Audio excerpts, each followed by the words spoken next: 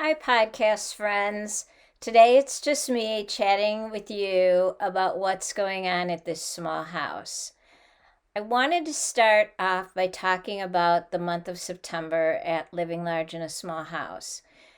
In February and September, I do an organizing with my readers, some of my readers from Living Large in a Small House. And this time there's about 65 plus of us that are working on organizing our houses. And because my house is, for the most part, pretty organized, it doesn't take much for me to get things in shape when they get a little messy. So when this comes around, I typically work on some bigger projects that are kind of behind the scenes that maybe take a little bit more time, or I've been putting them off for a while. I don't have to organize the mundane. I'm organizing some or tackling some pretty big projects. But I've also been really busy catching up with my blog and doing some other things here in my little business. So, well, my organizers have been busy little beavers and doing, a great job getting their house put together and organized, and they're decluttering and getting rid of things that they don't really need or love.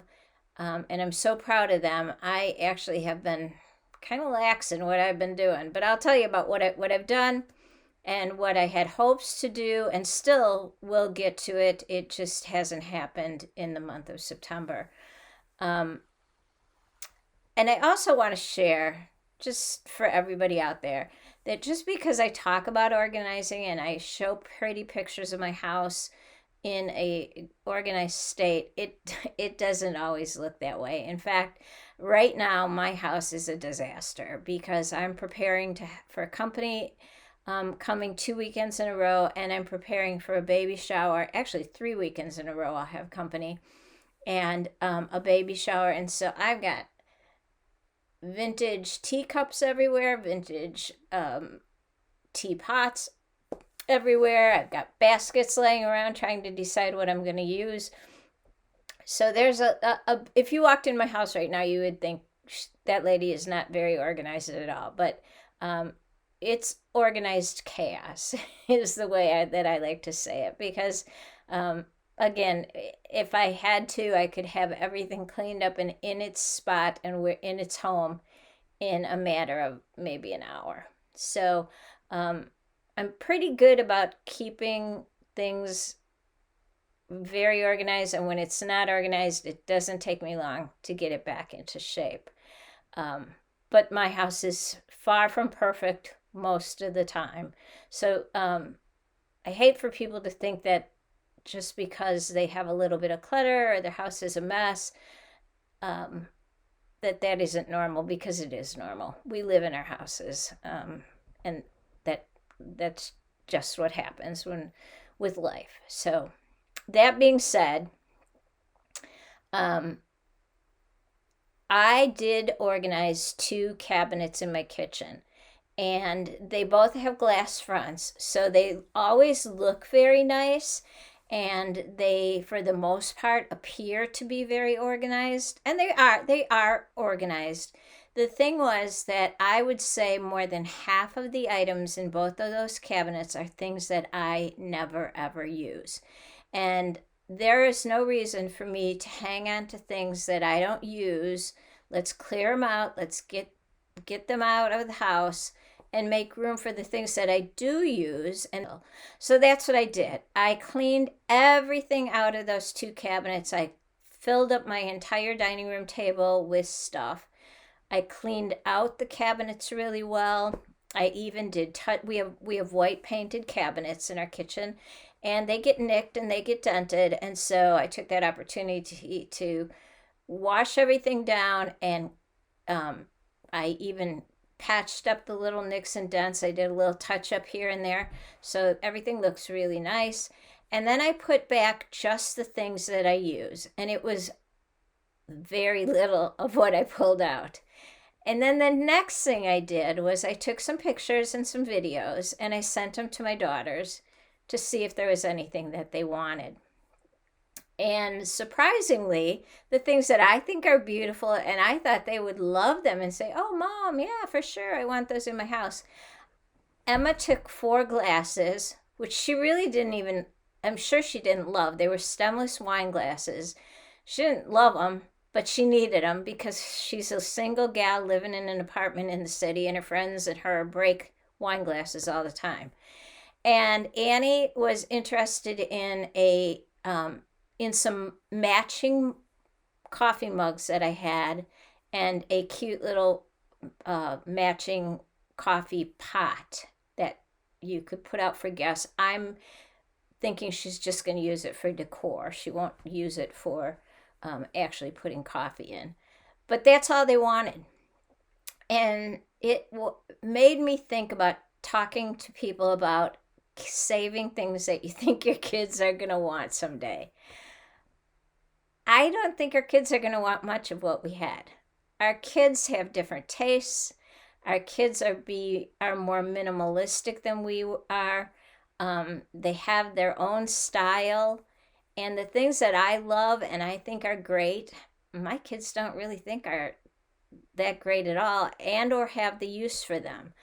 Their lifestyles are different than mine, and why am I hanging on to all this stuff thinking that maybe someday they will want it, when in the reality is they don't want my junk. They just really don't want my junk. They don't want your junk.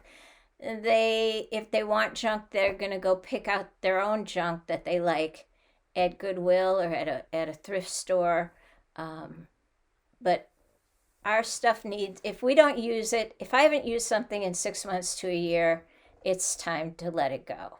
And so I let all that stuff go. I didn't try to even sell it. I took it to Goodwill because I just wanted it gone, and I wanted to make room for the stuff that I wanted a more convenient home for. And that's another key thing, I think, is to get it out of your house fast and to take it to Goodwill. And I'm really good about that. I probably visit my Goodwill minimum once a month. Sometimes I'm there every week because my philosophy is if I'm going to bring something in, I need to move something out. And I typically move something in and move 2 to 3 or more things out. When you live in a small house, there's just no room to be well, I shouldn't say collector because that would go against every rule that I have, because I do collect things. There's no room to be a collector of multiple things, and there's no room to be a collector of things that you don't absolutely love and use. So that being said, I get it out, I get it in my car, and I take it right away because I don't want to ever second guess. Well, maybe I should bring that back in the house. I just don't want that to happen. And over the years, I think that maybe I've regretted giving something away or selling something a handful of times, and that is not enough to keep all the stuff that I've donated or sold over the years. So my other gals who are working, I'm so proud of you. You've done such a good job. I've appreciated everybody's questions. I've gotten a lot of questions, and in a blog post recently, I answered a bunch of questions about organizing. So I will link that blog post to the show notes if you're interested in going and reading what people who are organizing have questions about and what some of my answers were.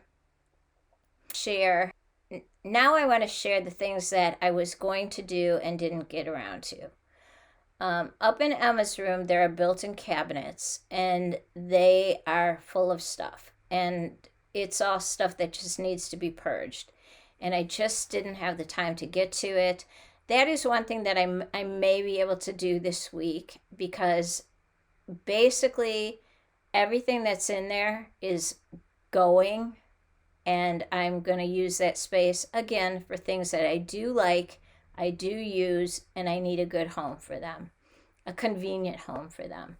So that's the one thing I didn't get to that I wanted to. I was also going to try to get to my corner cabinets in my dining room, which house all of my crystal and my china. And I do use that stuff because I do love to entertain, but it just needs to be cleaned out. There are some things that can go. there are chipped crystal glasses that are in there. And against everything that I talk about, if something is broken and you haven't fixed it, you're not going to. And I have had chipped crystal glasses for years and I have never gotten one fixed. So they're going because I don't serve a chipped crystal glass to my guests. So I'm getting rid of all that stuff. And just general cleaning. It needs to be cleaned. And the only way to do that is pull everything out, get it all clean. Cleaning to me is a big part of it because I absolutely think the best part of organizing and cleaning is knowing that not only is everything organized, but it's clean underneath it. And that is such a good feeling. So the corner cabinets need to be done. And then probably the secret that, my dirty little secret that I have that is going to be the hardest, but one of the ones that I'm really, really determined to take care of is we have a storage unit. And it's a large storage unit. And I went there this past weekend and I did take a picture of it. And well, it's not unorganized. It's pretty darn organized. I actually was a little bit shocked when I saw it. I would say that about a quarter of what's in there is things that we actually need or use. And we will always keep a storage unit because we don't have a garage and we don't have a basement. So things like, for instance, we have some white chairs, and I use those white folding chairs for entertaining all the time.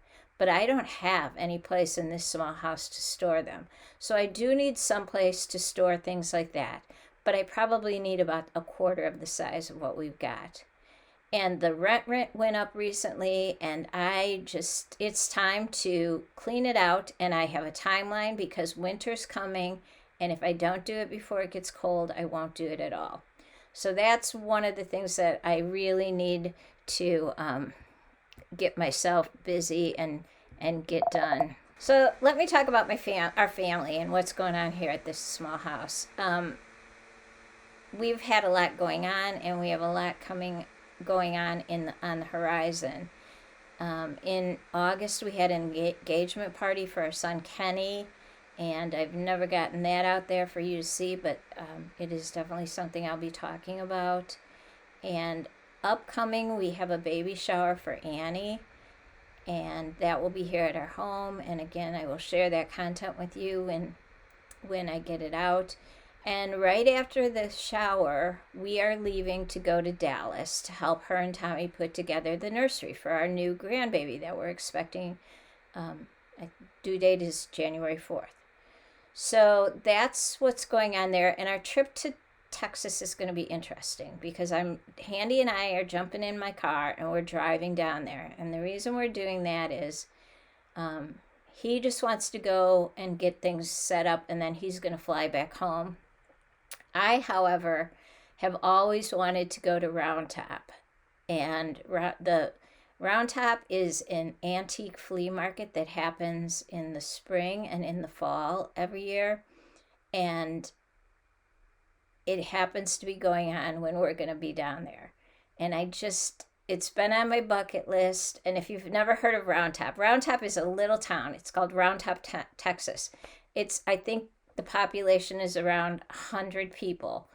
But twice a year, it becomes flooded with tourists and people going to this huge antique flea market. And if you've ever watched Fixer Upper, it's where Joanna Gaines gets some of her vintage. And that's actually where I heard about it for the very first time. I knew about it way before Annie and Tommy ever lived in Dallas. And always wanted to go. So my hope when I'm there is to go to Round Top. I also want to visit with my friend Michelle from Vintage Home Designs, who lives very near Annie in Dallas. And I also, on my way home, when I'm driving home, I'm going to stop in Kansas City and stay with another blogger friend, Diane from South House Designs, and another really good friend, Amy from Amy Sadler Designs, lives nearby. So hopefully the three of us can meet up and go to lunch or have dinner. but there's also a store in Kansas called Nell Hills. Now, I discovered this store thanks to my friend Amy last year, and I fell in love. And for somebody who lives in a metropolitan city like Chicago, you wouldn't think that I could be easily impressed by some place in Kansas City. But I'm telling you, I love this store. It's amazing. And maybe it's because it's a lot of blue and white, but I'm so excited to go again and see what they have. I maybe will score a few things for Christmas because when I get home, when I leave Kansas, I will head for home, and then it's go time for Christmas for me. And typically my Christmas is organized and ready to go by the time I'll get home. It'll still just be an idea in my head when I get here. I'm thinking about doing a white Christmas, so my whole house will be whites with a little bit of greens, and obviously blue. But for the most part, it'll be white. And I have some ideas in my head, but I haven't put it all together. And sometimes I have to see all my Christmas stuff again to remind myself what I actually own. And I do know that I own a lot of white things, so I don't think I'm going to have to make hardly any purchases to make this work. But for me as a blogger, I'll kind of be down to the wire because I want to do a holiday home tour starting probably November 1st. That would be the time when everybody else is maybe starting to think about Christmas and their Christmas decor and be looking for some inspiration. And I want to be that inspiration for everybody. The other thing about my Christmas decor that I want to keep in mind, and why I really don't want to buy a lot of new stuff and kind of just want to recycle what I already have, is we have this grandbaby who's expected on January 4th. So I want to be able to be in a position where things are easy to put up and real easy to take back down, because once Christmas gets here, theoretically the baby could come around Christmas, because my niece, who was due on the same day last year, had her baby on Christmas Eve. So things could happen that way. They could go longer, but whatever way, it is around the holidays, and I want to be prepared, and I want to be able to get things up, and then I want to be able to take them down pretty quickly after, because I know I'm going to be spending some time in Texas. So that brings me to the last thing that I want to chat about today. I don't know if any of you have had a chance to read my little series called Lynn's, I think it's Recollections and Reflections. I post it on Mondays. I don't do every Monday, but pretty much every Monday. And it's basically a little series that I intended it for it to be like a virtual journal for my children. There's lots of things about my mom and dad that I don't know about their lives. I can only assume. And certainly I know little to nothing about their parents' lives. And so I want my kids to have a little something with my, what I remember about growing up, what I remember about my family, and then about my life and my life with them. And as the series, as I've been writing it, it's kind of evolved into something more. I shared with my readers that there was a period in my life where I was in a very abusive situation, and it really resonated with a lot of people. I have gotten emails, lots of comments. I've gotten DMs. I've even gotten handwritten letters in the mail from people. And it's really turned this into something that I didn't intend it to be. But if I can help just one person who finds themselves in a situation where they need some help, I'm so glad that I took the step to put my life out there. It was a little scary, and I'm just glad I did it. That being said, I will put some resources down at the bottom in the show notes for people. And next week on my podcast, I am going to have my friend and a professional. Her name is Lori Corrigan.